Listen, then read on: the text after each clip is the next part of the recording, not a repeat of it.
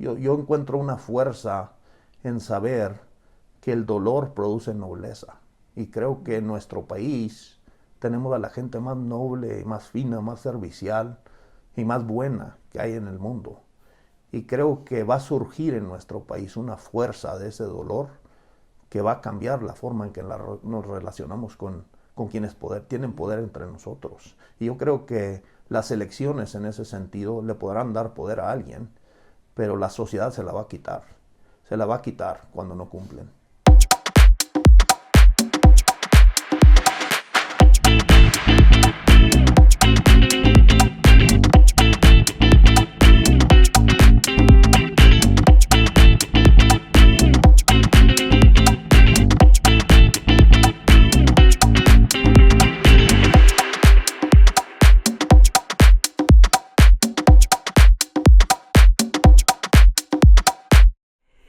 Qué gusto que nos acompañen. Vamos a tener una charla muy interesante. Miren, ya empezamos a platicar antes de comenzar y hablábamos de cosas muy profundas porque al final del día tienen que ver con la vida, con el amor, con las emociones, con la familia, con lo más profundo y por supuesto también pues con las tragedias que podemos ir enfrentando en la vida. Y me da mucho gusto recibir a Julián Levarón. Un gusto. Gracias, Julián. Quiero visitar Qué contigo. gusto.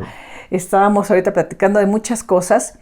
Entre otras, pues voy a empezar por lo más, no sé si es lo más polémico, pero digamos, estas búsquedas que tenemos como seres humanos de la felicidad, del amor, y de cómo nos relacionamos.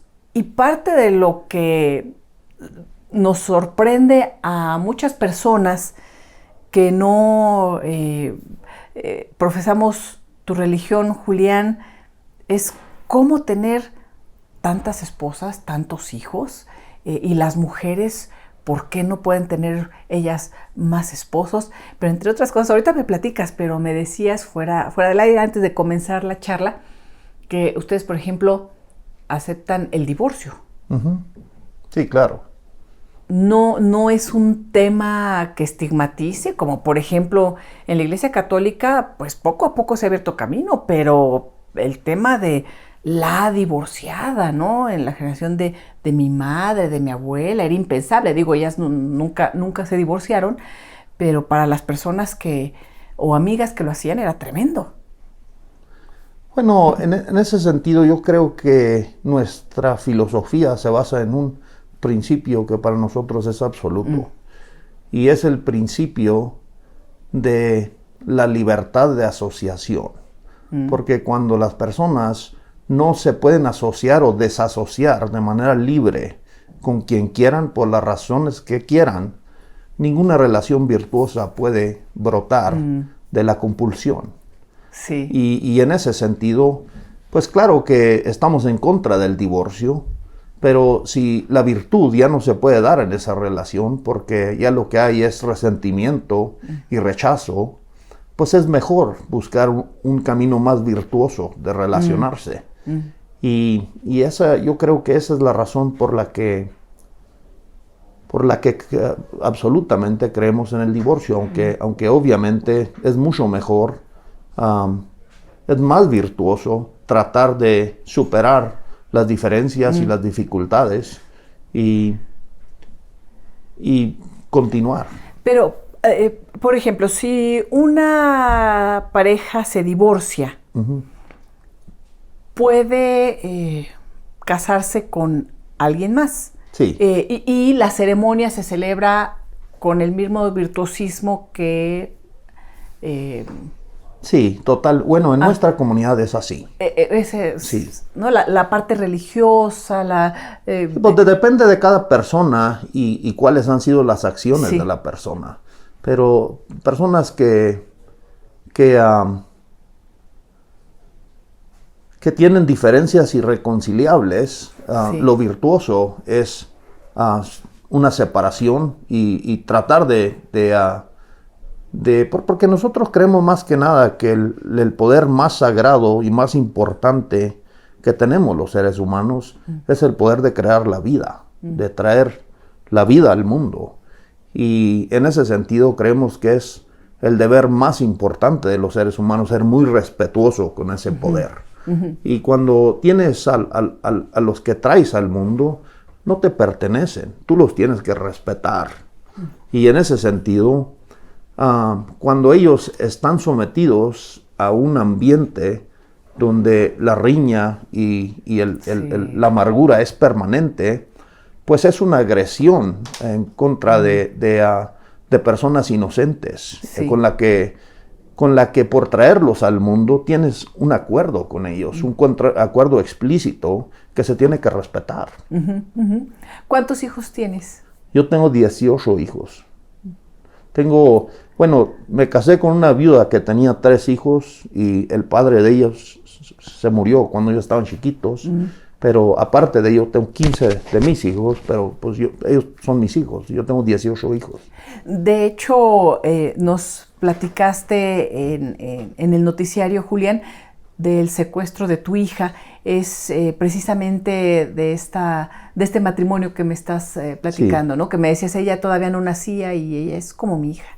Sí, sí, el padre de ella se murió en un accidente. Ella nunca conoció a su papá y yo cuando me casé con su madre, inmediatamente yo fui con la familia de su padre, para que ellos, porque para mí es sumamente importante que si tú traes en tu casa a los hijos de otra familia, sí. Que ellos siempre sean bienvenidos y que respetes esa conexión.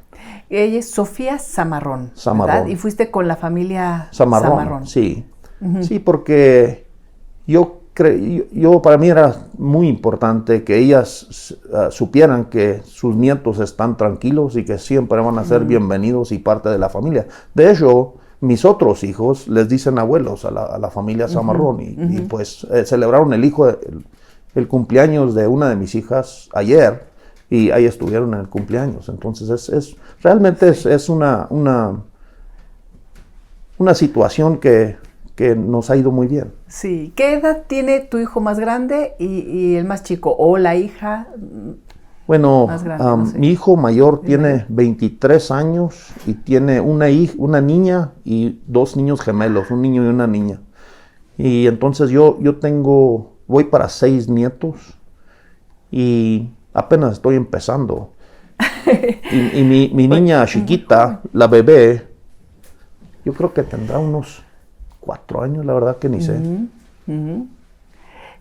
¿Quieres seguir teniendo más hijos? Pues no estoy opuesto a la idea, pero yo creo que no. Yo creo que, la vida ha sido muy dura. Yo nunca imaginé que iba a ser un activista. Yo soy constructor. Sí. Trabajé en Estados Unidos por 20 años, construí cientos de casas y edificios. ¿En dónde naciste? En Colonia Levarón, Chihuahua.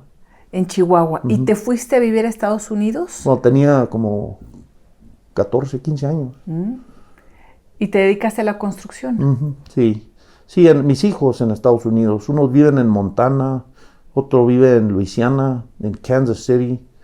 Yo he construido en al menos 20 estados de Estados Unidos, en Alaska, en Hawái, en California, Utah, Texas, Kansas, Minnesota, Wisconsin, Luisiana, muchos lugares. Y llega un momento muy trágico en el cual, pues, también te empezamos a conocer como activista, pero tiene que ver con el asesinato de tu hermano. Sí, lo que pasa es que tuve un hermano de 16 años que fue secuestrado en mayo de 2009. Y la comunidad decidió que nosotros no podemos pagar por un rescate, que eso es literalmente colaborar con el mercado de la vida y que la unidad de la comunidad le iba a ir a reclamar a la autoridad porque es su trabajo. Entonces la familia rodeamos el Palacio de Gobierno del Estado y le dijimos, nosotros no vamos a pagar por un peso y esta es tu responsabilidad. Y nos dijeron que nada le iba a pasar y días después nos habló que ya lo habían liberado. Entonces, desde ese entonces nosotros sabíamos que había algún contacto entre La los autoridad. malandros y la autoridad.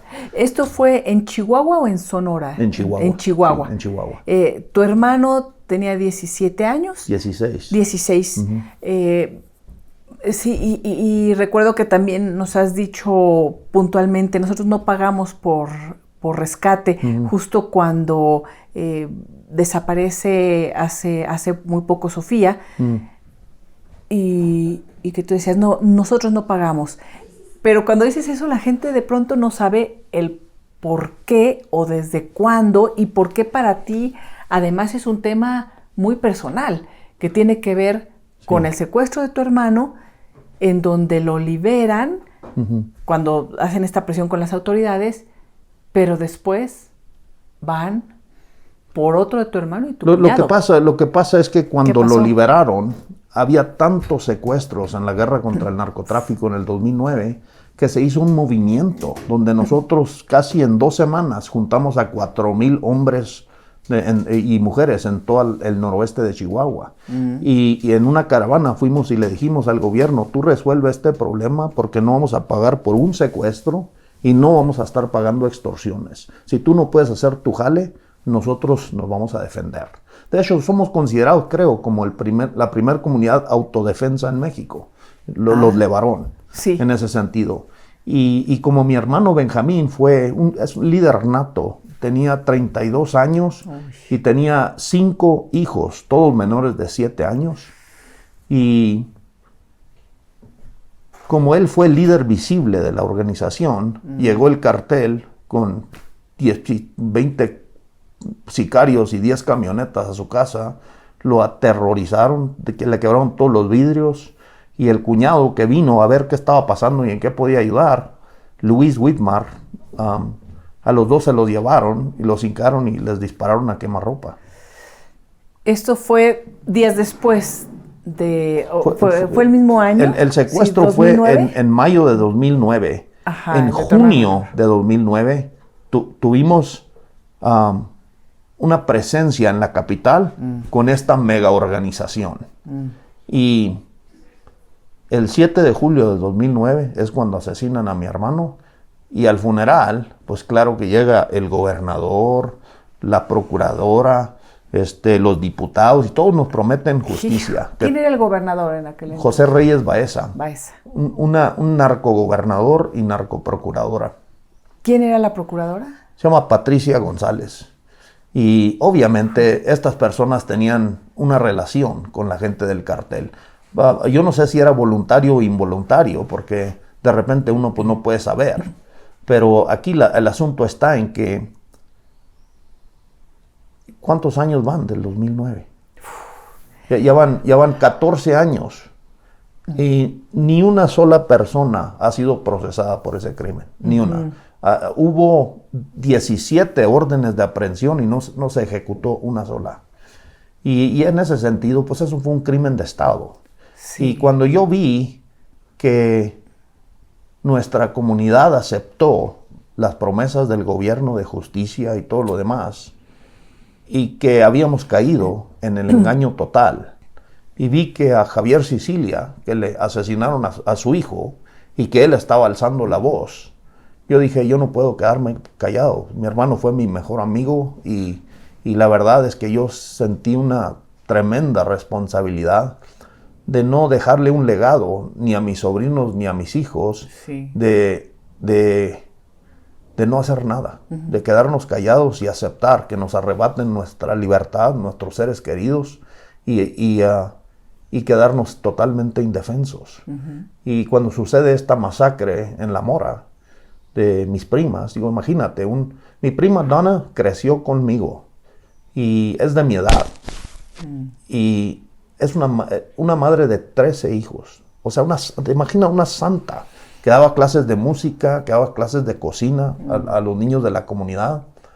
Una persona muy alegre.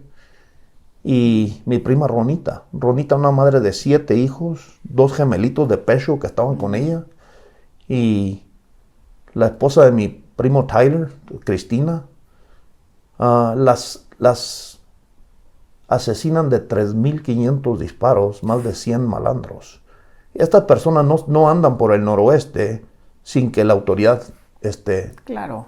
Digo, decir que la autoridad no tuvo parte en esa masacre es ignorar de manera total la realidad. Y la verdad es que agarran a los que estaban disparando ahí, a los gatilleros, pero hay muchas personas responsables en las instituciones. Sí. Y yo he llegado a la conclusión de que la representación en la democracia electoral de las instituciones es completamente fraudulenta. Fíjate, Julián, estamos hablando de hace cuántos años. Lo que pasa es que de pronto nos parece que fue ayer, ¿no? Y como volvemos a hablar de cuando llegó Felipe Calderón al poder, de la guerra contra el narco, de la llamada guerra contra el narco, y empezamos a hacer el recuento, bueno, como periodistas ha sido una sacudida y lo hemos registrado a lo largo de los años con estos secuestros, asesinatos, el hijo de Alejandro Martí, que fue una sacudida de qué pasa aquí. Él se vuelve también activista. Después lo de Javier Sicilia, desgarrador. Por supuesto lo de tu hermano. Y ya se empezaba a formar este grupo a favor de la paz.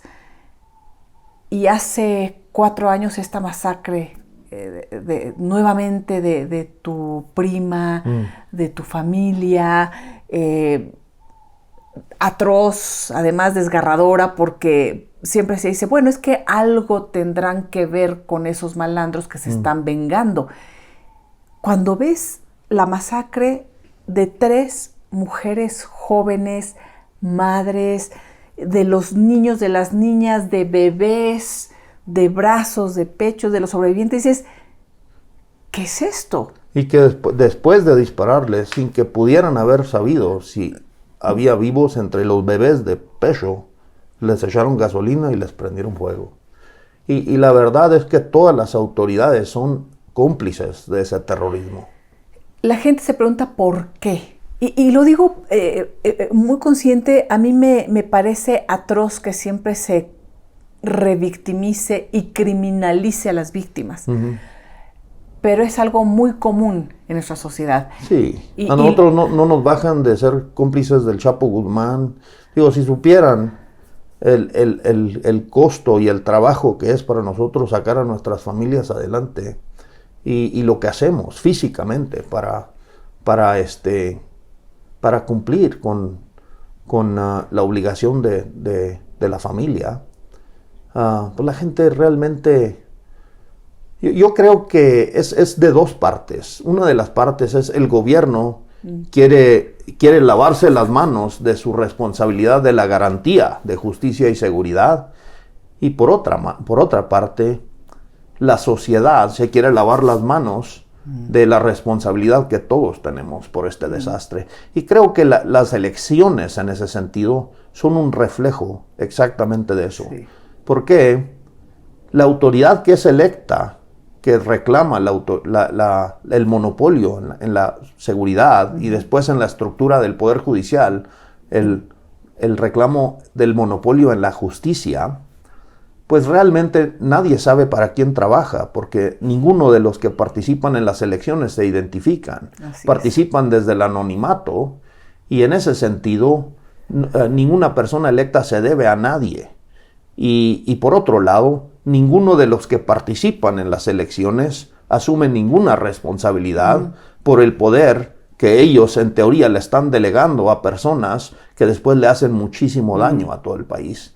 Y creo realmente que no es representativo de los intereses del país. Digo, en las elecciones del Estado de México, yo estaba viendo los números. En un estado donde hay 17 millones de personas viviendo muy cerca, 3 millones y feria son los que terminan eligiendo votando a la máxima autoridad que encabeza una estructura que le da 0 justicia, la impunidad es casi del 100%, contrata a una horda de policías que se dedican a extorsionar y a coludirse con la crimen organizado. No digo que todos, pero lo que digo es que los que lo hacen... Estructuralmente. Los que lo hacen impunemente. Y realmente yo creo que el responsable de todo esto somos nosotros mismos. Porque nosotros aceptamos que nos arrebaten nuestra libertad y nuestros derechos inherentes y no luchamos para que se nos respete. Y vuelvo a esta idea de señalar al otro como el malo para lavar las manos de lo que uno está haciendo. Y lo digo así porque veo que es una estructura además ya muy hecha en los gobiernos y en los gobernantes, ¿no? Incluso a mí me llamó la atención en este sexenio cuando Andrés Manuel, primero en campaña, se acerca a víctimas, habla de la reparación del daño, de la justicia transicional, se hicieron foros y todo eso se fue quedando atrás como muchas otras cosas, pero cuando ustedes quisieron hablar con él, no los quiso recibir y comentó algo también en la mañanera en contra de la comunidad Levarón y en general de quienes estaban manifestando, de Javier Sicilia. Que iba a manchar la investidura presidencial. Si los recibía. ¿Por qué?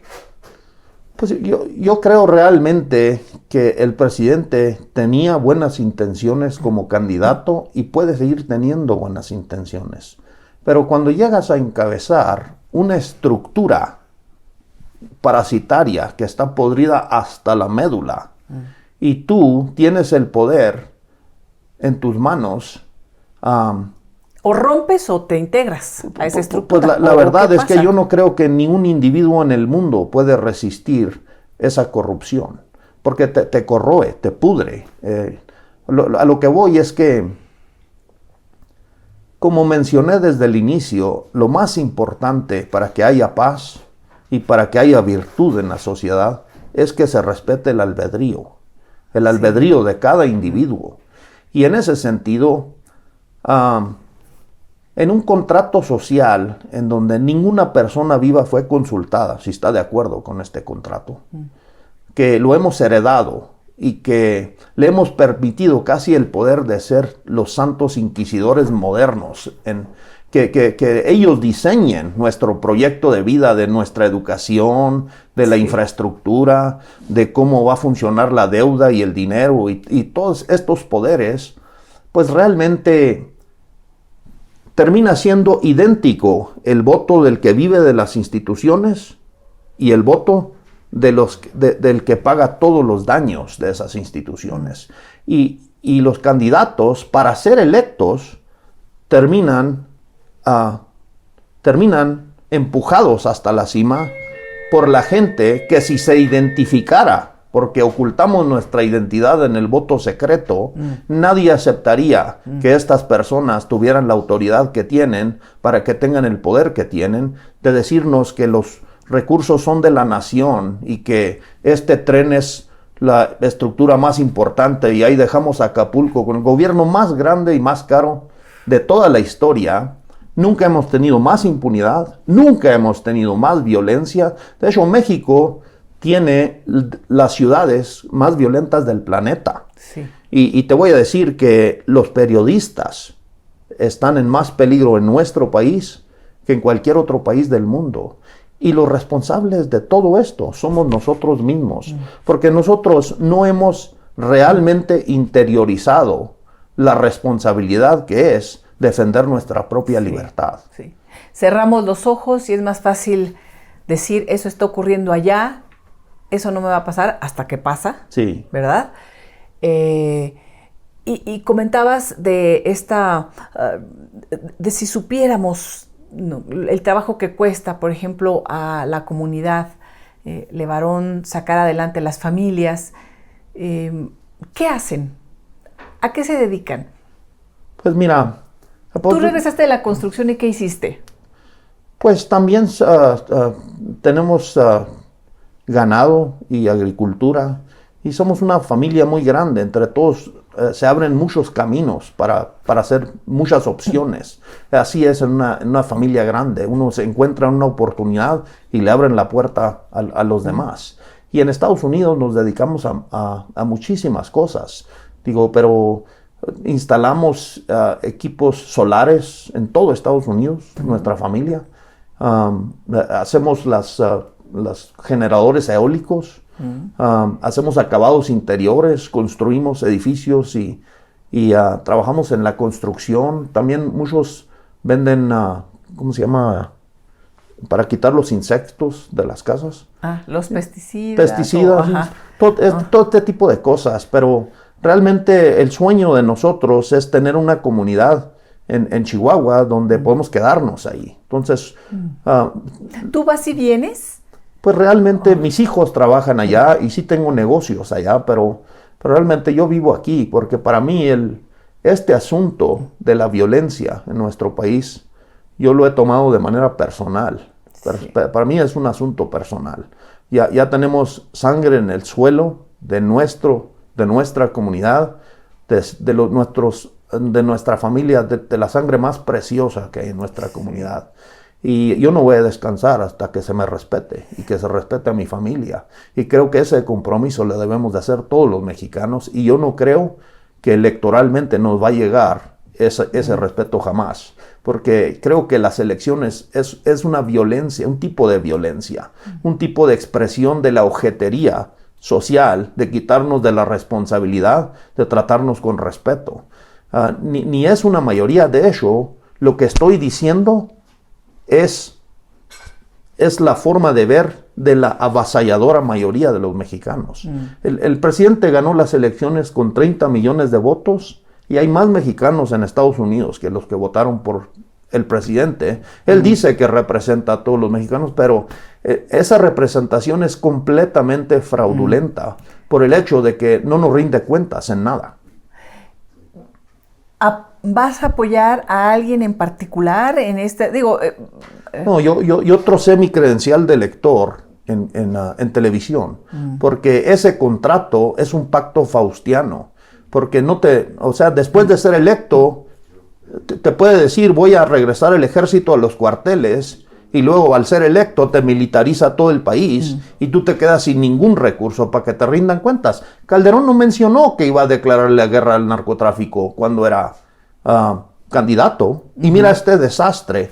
Y si quieres saber la calidad de representación real que significa las decisiones que ellos están tomando, hay que imaginarnos quién aportaría voluntariamente para todas estas estupideces que se hacen en todos los niveles. No se hubiera hecho el Tren Maya, no se hubiera hecho una refinería, jamás se militarizaría al país, no existiría la guerra contra el narcotráfico. Ningún mexicano en su sano juicio pagaría a toda esta estructura para que de esta manera la gente deje de consumir drogas. Porque realmente lo único que logra es empeorar la situación, no nos resuelve. Bueno, y además se han empoderado a lo largo del tiempo. Sí. El crimen organizado va creciendo, entonces algo ahí nuevamente es como el elefante en la sala, decimos, sí, ¿no? Están las autoridades coludidas hasta la médula, pero hacemos como que no vemos. Y entonces nos tenemos que ir a un juicio en Estados Unidos en contra de García Luna y no sé qué, para escuchar al hermano del Mayo Zambada decir cómo controlan el Aeropuerto Internacional de la Ciudad de México, o a El Grande para decir cómo realmente ellos atraparon al hermano del Mayo Zambada disfrazados con el uniforme de la AFI, ¿no? Ahora estamos viendo cómo llegan cargamentos con logotipos de esta institución que creó Andrés Manuel, Segalmex, que además está con unos desvíos tremendos de acuerdo a la Auditoría Superior de la Federación. Dijo Andrés Manuel, es mentira, es una información falsa, me imagino que se refiere a que son logotipos falsos, pero lo cierto es cómo llega hasta Hong Kong una carga con el sello del gobierno de México falso, pero cómo sale de nuestro país, cómo sale de las aduanas. Es decir, estamos en esta retórica de están combatiendo y nos lo vamos creyendo y preocupadas porque el otro es un neoliberal, ¿qué significa eso? O el otro es un sí, conservador. La verdad es que echarle la culpa a otras personas es una confesión de incapacidad y una confesión de incompetencia. Y todos los políticos lo hacen. Todos los políticos lo hacen porque esa forma de darle paz y seguridad y justicia, la forma en que tenemos, está roto, no funciona, está colapsado. Digo, tú lo acabas de decir. A la máxima autoridad sobre seguridad de nuestro país, en Estados Unidos, fueron personas de la calle, comunes, los que le dijeron este es culpable, después de escuchar los testimonios. Un juez en México no puede hacer eso. No lo puede hacer porque nuestro sistema de justicia es una fórmula en donde tiene que cascar la matemática, donde 2 y 4 tiene que ser equivalente a una bicicleta, y nadie entiende lo que está haciendo. Y en Estados Unidos te traen el caso, te explican las pruebas que tienen, y ciudadanos comunes no le tienen que darle cuentas a nadie por qué decidieron si es inocente o es culpable este cuate. Y los ciudadanos en México no tenemos absolutamente ninguna participación en el acceso a la justicia, y la justicia como tal es un reflejo de lo que la sociedad cree que es justo. Ya aceptaron que tú, Adrián, sean reconocidos como víctimas para poder participar en estos procesos. Digo, imagínate la estupidez que es que nosotros tengamos que ir a un tribunal a estar mendigando lo que todo el mundo nos ha reconocido ser. Digo, todo México ha reconocido que nuestra familia es víctima de terrorismo y de la barbarie más brutal que se manifiesta en nuestras calles. Sí. Y sin embargo, tenemos instituciones que están tan lejos de ser representativos de los mexicanos que llegan al poder a través de un proceso oscuro donde nadie le rinde cuentas a nadie. Y creo que la solución de este problema tiene que venir de la organización ciudadana, porque nosotros no podemos seguir aceptando que tengan la última palabra la gente que no nos rinde cuentas en nada y que no nos resuelve nuestros problemas, porque el derecho a la vida, el derecho a la libertad y el derecho a la propiedad no dependen de la existencia de un gobierno.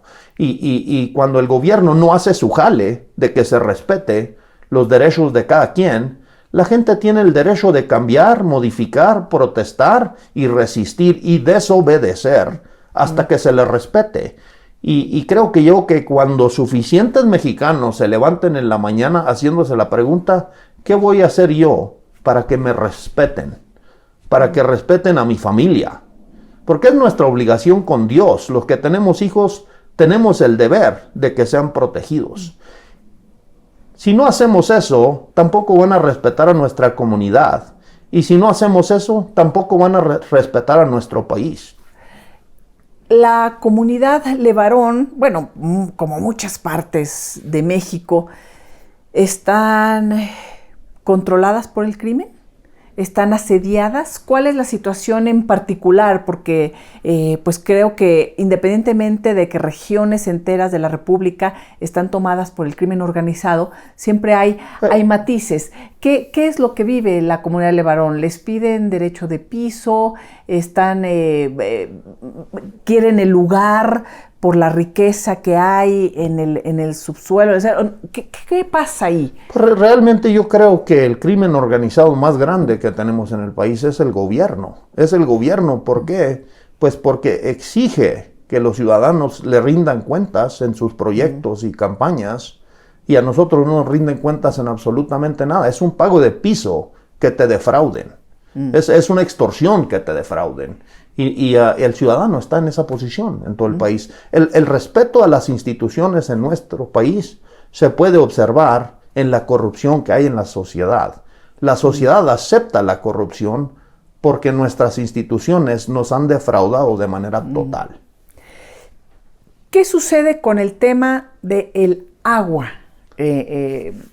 Julián? Porque se ha escuchado, dice, es que tienen problemas, le quitan agua a otras comunidades y ahí hay un pleito tremendo. Sí, mira, te lo voy a explicar. Hay una institución en México que se llama Conagua. Y toda la gente en los lugares donde es agrícola está buscando cómo ser productivo. está buscando cómo resolver su problema. Sí. Nuestra familia es una familia de al menos 500 familias que son agricultores. La mayoría tienen el mismo apellido.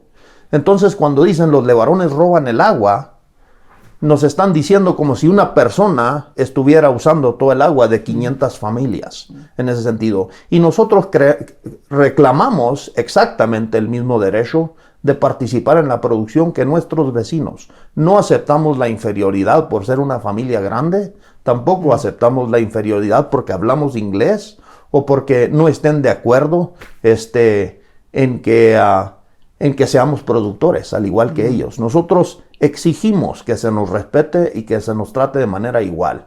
Ahora, de que hay problemas en la extracción del agua y de que el agua es escasa, eso es real. Pero la institución de Conagua, la institución de todas las instituciones de Comisión Federal de Electricidad están podridas hasta la médula. Son organizaciones que básicamente se dedican a guachicolear la electricidad y el agua, y termina siendo una situación de primero la máxima ineficiencia en el uso del agua, después la máxima corrupción y termina siendo el más alto costo para las comunidades. Y no hay forma de poner orden en esa situación si la gente no empieza a asumir la responsabilidad de exigir respeto. Estaba viendo que tienen ahí una producción de nueces importante. A ver, platícame esa historia, porque hablando del tema del agua, de lo que están haciendo, me llamó mucho la atención porque qué riqueza también hay en nuestro país. Increíble. ¿No, Julián? Sí, viniendo de Estados Unidos, donde la mayoría de nuestros jóvenes se van para hacerse de un patrimonio, porque en México capitalizarte es casi imposible. En Estados Unidos, primero que nada, si eres agredido o sufres una injusticia, hay una institución a la que te puedes llevar tu caso y probablemente obtengas una resolución que sea justa. En México eso no existe. Y entonces se vuelve muy difícil, pero nuestra comunidad ha estado en México por más de 100 años. Yo diría que más de 250 años, porque los mormones llegaron a Utah en 1846, y en 1846 el estado de Utah era México. Los mormones estaban huyendo de Estados Unidos por la persecución religiosa. Y cuando Estados Unidos hace la guerra con México y se apropia de todo ese territorio, los mormones vuelven a quedar en un territorio controlado por Washington. Y por eso es que nuestros ancestros, después de tremenda persecución, vinieron a pedir asilo político al gobierno de Porfirio Díaz y terminan en el norte de México, en unas colonias, 13 colonias creo que se hicieron entre Chihuahua y Sonora. Y después hubo un acuerdo entre los mormones y el gobierno federal en 1889, y muchos en la revolución, porque el gobierno le dijo a los mormones no podemos garantizar su seguridad, muchos se regresaron. Desde entonces decían no podemos garantizar su seguridad. Bueno, es que en la revolución, de hecho, la comunidad más grande de los mormones, que se llamaba Colonia Díaz, le nombraron así por Porfirio Díaz, fue totalmente saqueada y quemada. Quemaron todas las casas, y a esa comunidad los mormones nunca regresaron, pero los mormones tenían tan buena relación con la gente local que aunque ellos se fueron a Estados Unidos, la gente local protegió la propiedad de los mormones. Pues empezaron a crear fuentes de empleo. Sí, claro. ¿No? Digo, fueron muy, muy productivos. Hacían huertas de fruta y le trajeron aserraderos y les enseñaron la construcción. Y donde quiera que iban los mormones a sentarse, primero llegan los ingenieros a trazar las calles para que tengas calles de 20 metros de ancho y para que sea ordenada el asentamiento. Y de hecho los mormones en Estados Unidos colonizaron en 6 estados, porque tuvieron una ventana de progreso entre el tiempo que llegaron a Utah y se vino la guerra civil en Estados Unidos y el gobierno federal fue distraído por 2 décadas en ese conflicto de la guerra civil. Y entonces los mormones pues básicamente tenían abiertas las puertas y ellos construyeron a Salt Lake City y una sociedad y un estado, o sea, un imperio sin cobrarle impuestos a nadie. Todo fue de participación voluntaria, tenían 0 crimen, tenían 0 problemas con los indígenas, con los pueblos nativos. Y realmente no fue hasta que se consolidó y se disipó el conflicto después de la guerra civil, que igual que los vencidos en los estados del sur, a los mormones les quitaron todo el poder. Hicieron ilegal la poligamía en Utah, no porque estaban en desacuerdo en que un hombre tuviera relación con las mujeres, porque la prostitución era legal. Pero la gente que tenía familia con más de una mujer, pues casi eran todos los líderes de los mormones. Y es la forma en la que le arrebataron de manera total el poder político a todo un pueblo. Y les mandaban los jueces y los diputados desde Washington para que ellos conquistaran a los mormones. Y nuestra familia se vino a México en resistencia a esa usurpación de poder y a esa violencia. Y realmente para nosotros Galeana, Chihuahua, es tierra sagrada para nosotros y nuestra familia ahí se ha asentado y nosotros somos absolutamente mexicanos, orgullosamente chihuahuenses y no tenemos ninguna intención de ceder. ¿Te levantas y qué haces?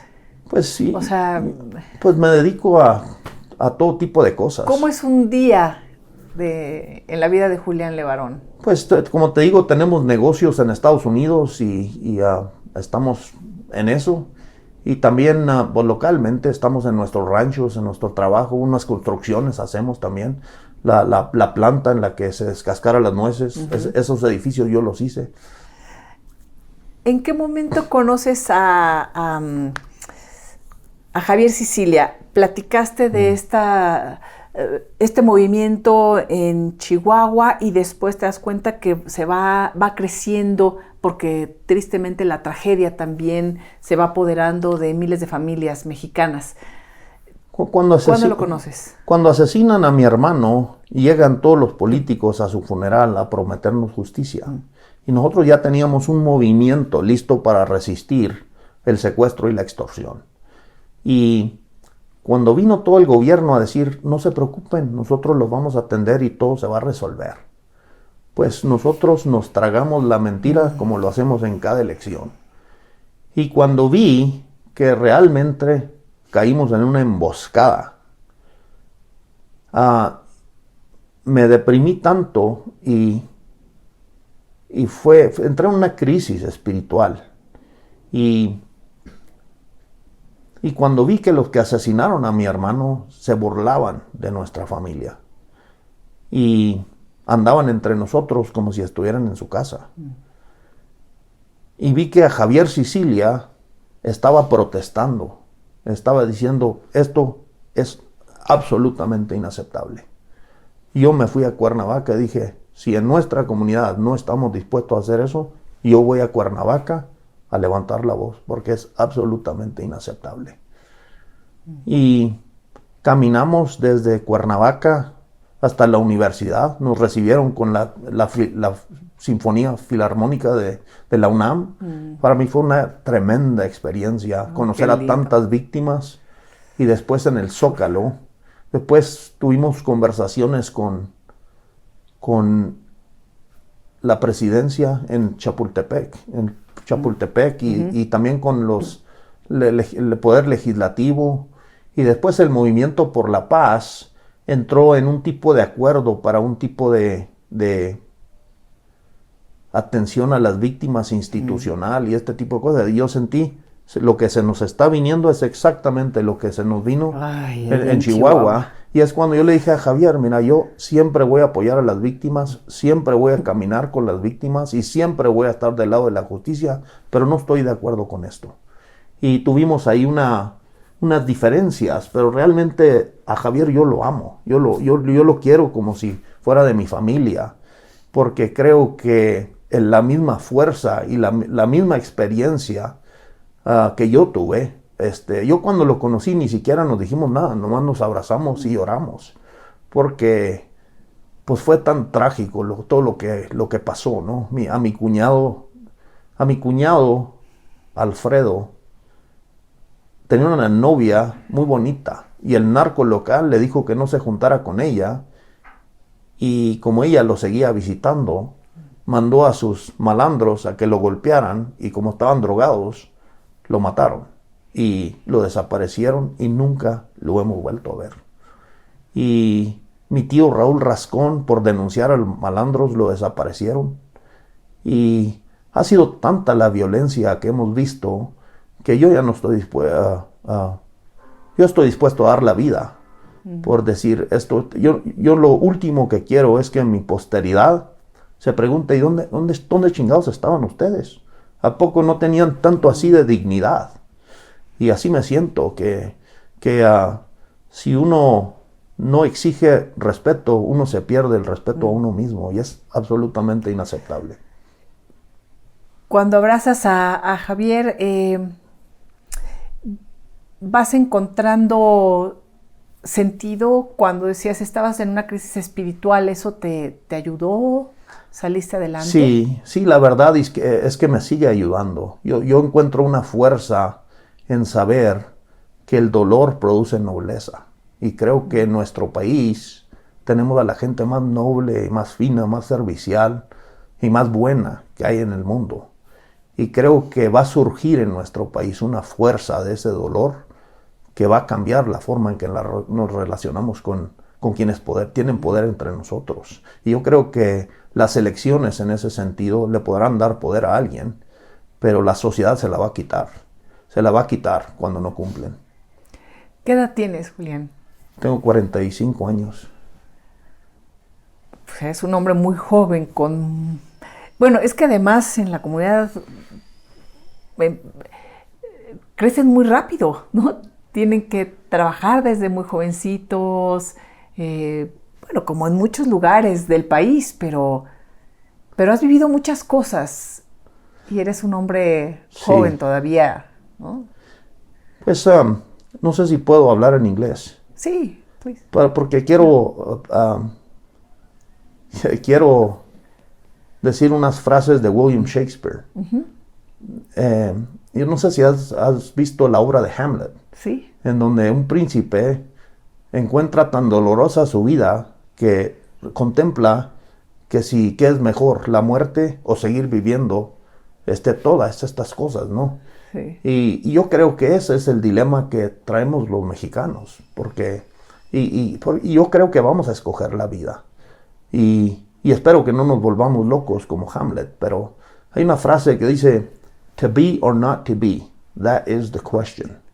Whether 'tis nobler in the mind to suffer the slings and arrows of outrageous fortune, or take arms against a sea of troubles, and by opposing end them, to die, to sleep,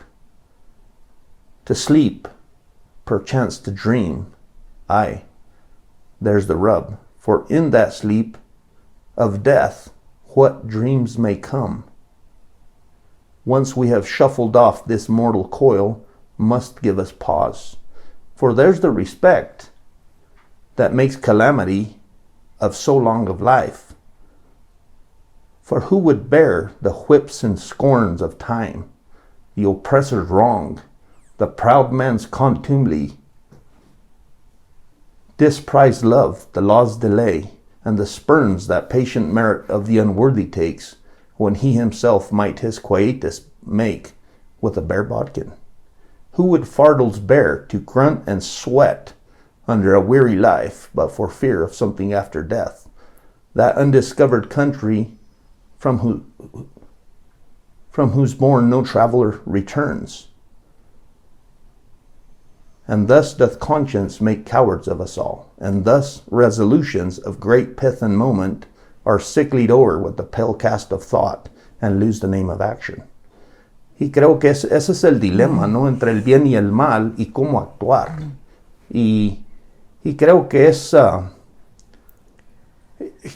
es cuando ya sentimos que lo que podemos perder es tan grande que ya estamos dispuestos a arriesgarlo todo y a enfrentar de manera digna todas las vicisitudes y toda la mala fortuna de la vida, que realmente se puede expresar lo mejor de la humanidad. Y creo que nuestro país está ahí. Y creo que México va a ser un faro en el mundo de cómo relacionarse con quienes tienen poder entre nosotros. ¿Quién es tu cobijo? ¿Quién es tu fuerza? Pues yo diría que mi fuerza, primero son mis hijos, pero son todas las víctimas de México. Yo he hablado con personas a las que le mataron a sus hijas en una equivocación. He hablado con personas que le han matado a sus hijos, niños chiquitos. Y la verdad es que yo siento que todos somos responsables, que todos estamos con nuestro silencio, estamos siendo cómplices, y con nuestra apatía somos cobardes. Y creo que la vida no perdona ni la debilidad ni la cobardía. Ni la vida ni Dios lo perdona. Marchar en grupo te ha dado fortaleza, les da fortaleza. Sí. Se vuelven una familia. Totalmente. Pensando en estas historias, cuánto dolor y cuánta solidaridad y cuánto amor también han vivido abrazándose y caminando juntos. Pues realmente yo siento que en todo México es mi familia. Yo me siento íntimamente conectado espiritualmente con el pueblo de México. Yo creo que es un pueblo muy virtuoso y muy bueno, pero así como somos de bondadosos y buenos y nobles y trabajadores, tenemos a los psicópatas entre nosotros en el otro lado, y son una minoría ridícula que tenemos que enfrentar y tenemos que... Pero armados. No. Poderosos. No, yo creo que la forma de hacerlo es con la desobediencia. Nosotros no podemos seguir obedeciendo a autoridades que no cumplen con su obligación de protegernos. No podemos seguir aceptando que puedan extraer recursos de personas trabajadoras sin ningún tipo de beneficio. ¿Y armas? Pues mira, las armas no son buenas ni son malas. Hay países como Suiza en donde todos los adultos están armados y no ocurre un asesinato. Eso no pasa en Suiza. Y yo creo que todo ser humano tiene el derecho de defenderse, porque cuando alguien viene con un arma ilegal en tu contra y que la autoridad no te protege y aparte te mete a la cárcel si tienes los medios de protegerte tú mismo, es peor enemigo la autoridad que el que viene en tu contra con el arma. Están buscando esa autodeterminación también, ¿verdad? Sí, bueno, la autodeterminación no es para tener una autodefensa, es para que toda la comunidad... No es esta idea de las autodefensas armadas. No, realmente nosotros, ¿no? Nuestra misión desde nuestros ancestros es ser embajadores de paz. Y la paz no se logra con la violencia. Sí.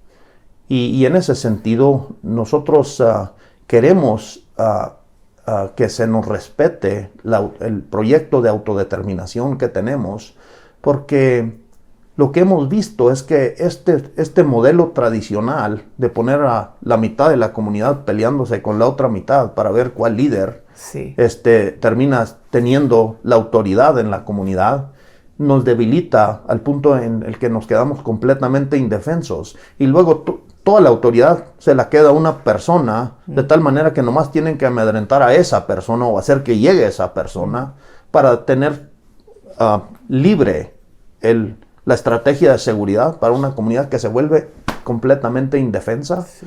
de negarle de manera total el acceso a la justicia a la comunidad. Y eso tiene que cambiar. Y en nuestro proyecto de autodeterminación estamos tratando de implementar los principios que hemos heredado de nuestros ancestros para que haya paz en nuestra comunidad y que las instituciones actuales no cumplen. Si cumplieran, estaríamos perfectamente de acuerdo en seguir participando, pero no funcionan. Julián, ¿se respetan los derechos humanos en tu comunidad? El tema de la poligamia ha sido mencionado de pues esta parte en donde hay una desigualdad de las mujeres en relación a lo que los hombres y las actividades que ustedes no lo hay hacen. porque se respeta el albedrío. Cada quien tiene el derecho de reunirse o no reunirse con quien quiera por la razón que quiera. En mi comunidad es un porcentaje casi insignificante de los hombres que viven la poligamía. La mayoría son monógamos y tenemos al menos 5 o 6 diferentes religiones en nuestra comunidad, de tal manera que nosotros creemos que la libertad de asociación y la libertad de conciencia tiene que ser absoluta para que surja la... De hecho, yo uso el ejemplo de las iglesias en el mundo moderno como un ejemplo real de democracia. Porque son realmente las instituciones democráticas, porque ninguna cantidad de votos le puede dar a ningún candidato la autoridad de decidir la religión del grupo o los recursos del grupo. En ese sentido, tienen que respetar tu albedrío para que participes. Y si encuentras un beneficio, pues se abren las puertas y todo el mundo feliz y contento. Sí. Cuando se trata del poder político, es como una planadora sobre el albedrío y la voluntad, ocultándose todo el mundo en el fuero y la secrecía. Sí. Y el resultado es desastroso, es cobarde y es completamente ilegítimo. Uno de los escándalos que en los medios sale es el tema de Julián Levarón. Estuvo en la secta de Kid Ranieri. ¿Qué tanto participaste? ¿Cómo participaste? Digo, porque conozco aquí a muchas personas, sobre todo en Ciudad de México, en Monterrey, que tomaron los cursos. Sí. ¿No? Yo fui hasta Nueva York, a él yo lo conocí personalmente. Y la verdad es que la razón por la que me interesó es porque gente de esa organización vinieron con nosotros y nos dijeron: nosotros queremos empezar un movimiento para que desde la sociedad en México se haga una fuerza para detener la violencia sin recurrir a las armas. Y por eso me interesó muchísimo lo que se estaba haciendo. Y yo creo que, porque fueron miles, de hecho hay gente en puestos de gobierno muy importantes que yo conocí en Nexium. Sí. Y en ese sentido yo no creo que nadie, al menos yo, no tenía idea que tenía algo que ver con el sexo esta organización. Y cuando supimos de eso, bueno, pues yo había ido a esos cursos y de hecho, entre la gente que atendió esos cursos, se acercaron con el Movimiento por la Paz a ver si podían también participar. Y desde el Movimiento por la Paz hubo un rechazo a eso. Y sin embargo, yo quería seguir aprendiendo. Yo fui a esos cursos a Nueva York y estaba buscando, porque primero pensé que meternos en la política podía darnos buenos resultados. Y después de todo lo que he aprendido, yo creo que es inconsistente con los principios comunes a participar en la política. Y creo que la solución tiene que venir de fuera de la política para que haya paz. La política, como nosotros lo practicamos, porque después quieren meterte en términos de lo que es y no es la política. Lo que digo es que actualmente la forma en la que lo hacemos es el ejercicio violento de la cobardía, donde nadie se hace responsable por el daño que le hacen a los demás. ¿Eres líder en tu comunidad? Pues yo no sé si sea líder. La verdad es que yo creo que el único líder válido es el que abre caminos y el que muestra el camino con el ejemplo. Y yo no creo que en este liderazgo de imponer tu voluntad en los demás, yo creo que es inspirado en la malicia y en la maldad. ¿Tienes algún ejemplo de algún gobernante que tú digas ha cumplido o podría ser un ejemplo a seguir? No, ninguno. De ninguno del que tengo memoria. Digo, tenemos estos héroes nacionales. Por ejemplo, en Estados Unidos, Abraham Lincoln es considerado como el mejor líder de toda la historia. Pero si tú estudias la historia, te das cuenta que fue el presidente más racista de toda la historia de Estados Unidos. Le declaró la guerra a su propio pueblo, donde primos, hermanos, hijos y padres se mataron entre ellos. Más americanos murieron en la guerra civil que en todos los conflictos que ha tenido Estados Unidos en toda su historia. Y después te enaltecen a estos individuos como los ejemplos a seguir. Y la política, por la naturaleza malvada que tiene, no asumir responsabilidad personal cuando le haces daño a los demás, yo creo que se tiene que derrotar esa forma de hacer las cosas. Así como hubo una separación entre el Estado y la Iglesia para que se respete la mente y que se respete la religión y el espíritu del ser humano de manera total. Yo creo que tiene que haber un rompimiento en donde no se acepta que hay un compromiso donde no hay un beneficio. Y la política es que tengas el compromiso y que tengas la obligación sin importar si estás recibiendo un beneficio. Y por eso nos peleamos entre nosotros para ver quién pueda tener ese garrote. Es tan desgastante espiritualmente y moralmente que a mí me da asco la política. ¿Nunca te vamos a ver? No, bueno, yo jamás podría aceptar autoridad de personas desconocidas para después tener una licencia de hacerle daño a los demás sin que tengan el mismo derecho que tenemos con la iglesia de decir, ya no quiero seguir yendo ya no quiero participar porque esto es una chingadera. Sí. Julián Levarón, gracias por esta charla. Sé que el tiempo apremia, sobre todo cuando tienen poco tiempo, además en Ciudad de México, algunas actividades, pero bueno, sigamos en contacto, en comunicación, platicando, reflexionando y conociendo hacia dónde podemos ir también, ¿no? Como país y qué propuestas se van también planteando, qué caminos se pueden ir siguiendo, ¿no? Yo quisiera nomás decir que para mí es una máxima absoluta las palabras de Jesucristo que dice, busca la verdad y la verdad te hace libre. Y para conocer la verdad, realmente es necesario asumir una gran responsabilidad. Y yo creo que ninguna persona puede tener libertad y conservar su libertad si no está dispuesto a defenderla. Y nosotros la hemos perdido y la tenemos que reclamar, los mexicanos. Y estoy convencido que lo vamos a hacer. Gracias, querido Julián. Dios los bendiga y muchas gracias por invitarme a tu casa.